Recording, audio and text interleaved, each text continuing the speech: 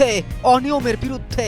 বেলজিয়ামের বিপক্ষে ড্র করে বিশ্বকাপে টিকে থাকার এই লড়াই যেন সকল মার্কিন অপশক্তির বিরুদ্ধে, যাদের খেলার পরে আমেরিকায় রেস্ট করতে পর্যন্ত দেয়া হয় না, যাদেরকে পদে পদে হয়রানি করা হয় কৌশলে, সেই আমেরিকার মাটিতে শক্তিশালী বেলজিয়ামকে রুখে দিয়ে বিশ্বকাপে টিকে থেকে ইরান দেখালো বীরত্ব এটাকেই বলে। গ্রুপ জিতে প্রথম ম্যাচে ড্র করার পরে জয়ের লক্ষ্য নিয়েই মাঠে নামে বেলজিয়াম। শুরু থেকেই কেভিন ডি ব্রুইনা ও রোমেলু লুকাকুর নেতৃত্বে আক্রমণের ঝড় তোলে ইউরোপের দলটি, কিন্তু ইরানের রক্ষণ ভাগ এবং গোলরক্ষক আলীরেজা বেইরান ভান্দ ছিলেন অটল দেয়ালের মতো। প্রথমার্ধেই একাধিক গুরুত্বপূর্ণ সেভ করে তিনি দলকে রক্ষা করেন। চাপ সামলে পাল্টা আক্রমণের ভয়ও ছড়ায় ইরান। হুসেইন কানানির দুর্দান্ত শটে অবিশ্বাস্য দক্ষতায় ঠেকিয়ে দেন থিবো কোর্তোয়া। পরে কৌশলী এক ফ্রি কিক থেকে বল জালেও জড়ায় ইরান, কিন্তু অফসাইডের কারণে সেই উল্লাস স্থায়ী হয়নি, গোলটি বাতিল হয়ে যায়। ফলে 1-1 সমতায় বিরতিতে যেতে হয় দুই দলকেই। বিরতির পর ফিরে আরও জমে ওঠে ম্যাচ। 53 মিনিটে মেহেদি তারেমির জোরালো প্রচেষ্টা আবারও রুখে দেন কোর্তোয়া। 7 মিনিট পর বেলজিয়াম গোলের খুব কাছাকাছি পৌঁছেছিল, কিন্তু ম্যাক্সিম ডি কুপাইনের শট অসাধারণ সেভে ফিরিয়ে দেন বেইরান ভান্দ। যেন খেলা নয়, জীবন দিয়ে দলকে বাঁচানোর প্রতিজ্ঞায় মাঠে নেমেছিলেন এই গোলরক্ষক। এরপর 66 মিনিটের নাটকীয় মোড় নেয় ম্যাচ। তারেমিকে থামাতে গিয়ে নাথান এনগয় লাল কার্ড দেখলে 10 জনের দলে পরিণত হয় বেলজিয়াম। সংখ্যাগত সুবিধায় ম্যাচে কিছুটা সুযোগ লুফে নেওয়ার চেষ্টা করে ইরান।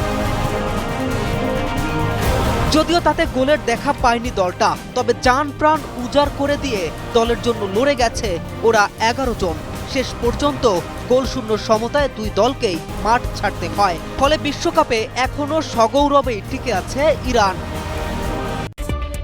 সাইফের 9 বলে 1, ইমনের 13 বলে 1। শামীম পাটোয়ারি রানের খাতায় খুলতে পারলেন না। কারো স্ট্রাইক রেট 7, কারো স্ট্রাইক রেট মাত্র 11। টি-20-র মারকুটে ফরম্যাটে স্ট্রাইক রেটের অবস্থা টেস্টের থেকেও ভয়াবহ। মাত্র 36 রানে 5 উইকেট হারানো বাংলাদেশ আর দিশা খুঁজে পায়নি অস্ট্রেলিয়ার বিপক্ষে।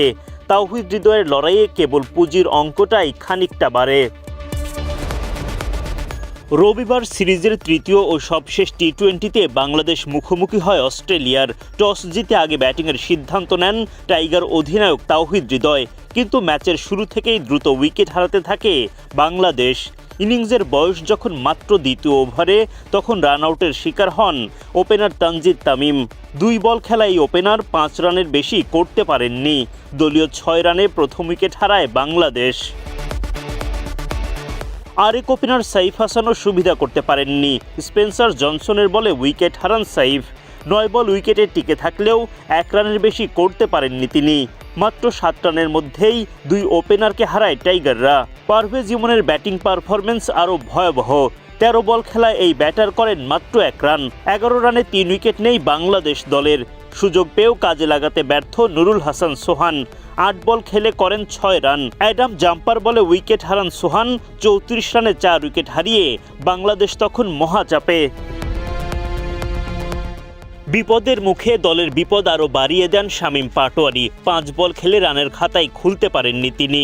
মাত্র 35 রানে 5 উইকেট হারিয়ে ফেলে বাংলাদেশ। রিশাদ হোসেনকে সঙ্গে নিয়ে দলের মান বাঁচানোর চেষ্টা করেন তাওহিদ হৃদয়, কিন্তু তাদের জুটি থেকে 26 রানের বেশি আসেনি। 14 বলে 16 রানের অবদান রেখে মাঠ ছাড়েন রিশাদ। এক প্রান্ত থেকে একের পর এক সতীর্থকে হারাতে থাকেন তাওহিদ হৃদয়। তিনি প্রাণপণ চেষ্টা করেন দলের মান বাঁচানোর, তবে শুরুর এমন ব্যাটিং বিপর্যয়ের পর অধিনায়ক কিছুটা লড়াই করলেও সাদামাটা পুঁজিতেই থেমে যায় বাংলাদেশ। তাওহিদ হৃদয়ের করা 51 বলে 3 ছক্কা 3 চারে অপরাজিত 61 রান। টাইগার অধিনায়কের ব্যাটে ভর করে মাত্র 110 রানের লক্ষ্য দিতে পারে বাংলাদেশ। এরপর ব্যাটিংয়ে নেমে ঝড় বইয়ে দেন অজি অধিনায়ক মিচেল মার্শ। তার সঙ্গী ছিলেন জশ ইংলিশ। ওপেনিং জুটিতে 54 রান পেয়ে যায় অস্ট্রেলিয়া। নাসুম আহমেদ ফেরান 17 রান করা ইংলিশকে। তবে ব্যাটিং তাণ্ডব চালানো মার্শ মারকুটে ব্যাটিংয়ে আদায় করেন 50। শরীফুল ইসলাম 60 রান করা মিচেল মার্শকে আউট করলেও থামানো যায়নি অজিদের দুর্দান্ত ব্যাটিং। মাত্র 110 রানের লক্ষ্য, তার ওপর এমন ঝড়ো ব্যাটিং। ফলে হেসে খেলে ম্যাচটা জিতে নেয় অস্ট্রেলিয়া। হোয়াইট ওয়াশের শিকার বাংলাদেশ, যেখানে ব্যর্থতার বড় দায় ব্যাটারদের। বিশ্বকাপ শেষে ফুটবলকে বিদায় জানাতে চলেছেন মরক্কান তারকা নুসাইর মাজরাউই। হঠাৎ আলোচনায় সে খবর। অবসরের কারণ হিসেবে বলা হয়েছে হাফেজ হয়ে মসজিদের ইমামতি করতে চান অ্যাটলাস লায়ন ডিফেন্ডার। সামাজিক যোগাযোগ মাধ্যমে ভাইরাল সেই পোস্ট কি পুরোপুরি সত্য? বিশ্বকাপ শেষে অবসরে যাচ্ছেন মরক্কান তারকা নুসাইর মাজরাউই। সামাজিক যোগাযোগ মাধ্যম হঠাৎ ছয়লাভ এমন খবরে। অবসরের পর কোরআনের হাফেজ হয়ে মসজিদে ইমামতির ইচ্ছে এই ফুটবলারের। তবে ভাইরাল এ পোস্টের সত্যতা কতখানি? মূল ঘটনা গেল মার্চের এক পডকাস্ট ঘিরে, যেখানে নিজের ইচ্ছার কথা জানান এ মরক্কান। ব্যক্তি জীবনে ধর্মকে সবচেয়ে গুরুত্বপূর্ণ বিষয় জানান এ ফুটবলার। প্র্যাকটিসিং মুসলিম হয়েও কোরআনে নিজের পরিপূর্ণ দক্ষতা না থাকায় হাফেজ হবার ইচ্ছে পোষণ করেন। প্রিয় দর্শক, টি-20তে অস্ট্রেলিয়ার বিপক্ষে এরকম হোয়াইট ওয়াশ কোনোভাবেই মেনে নিতে পারছে না বাংলাদেশের দর্শকরা। তাই খেলা শেষে ঝাড়লেন ক্ষোভও।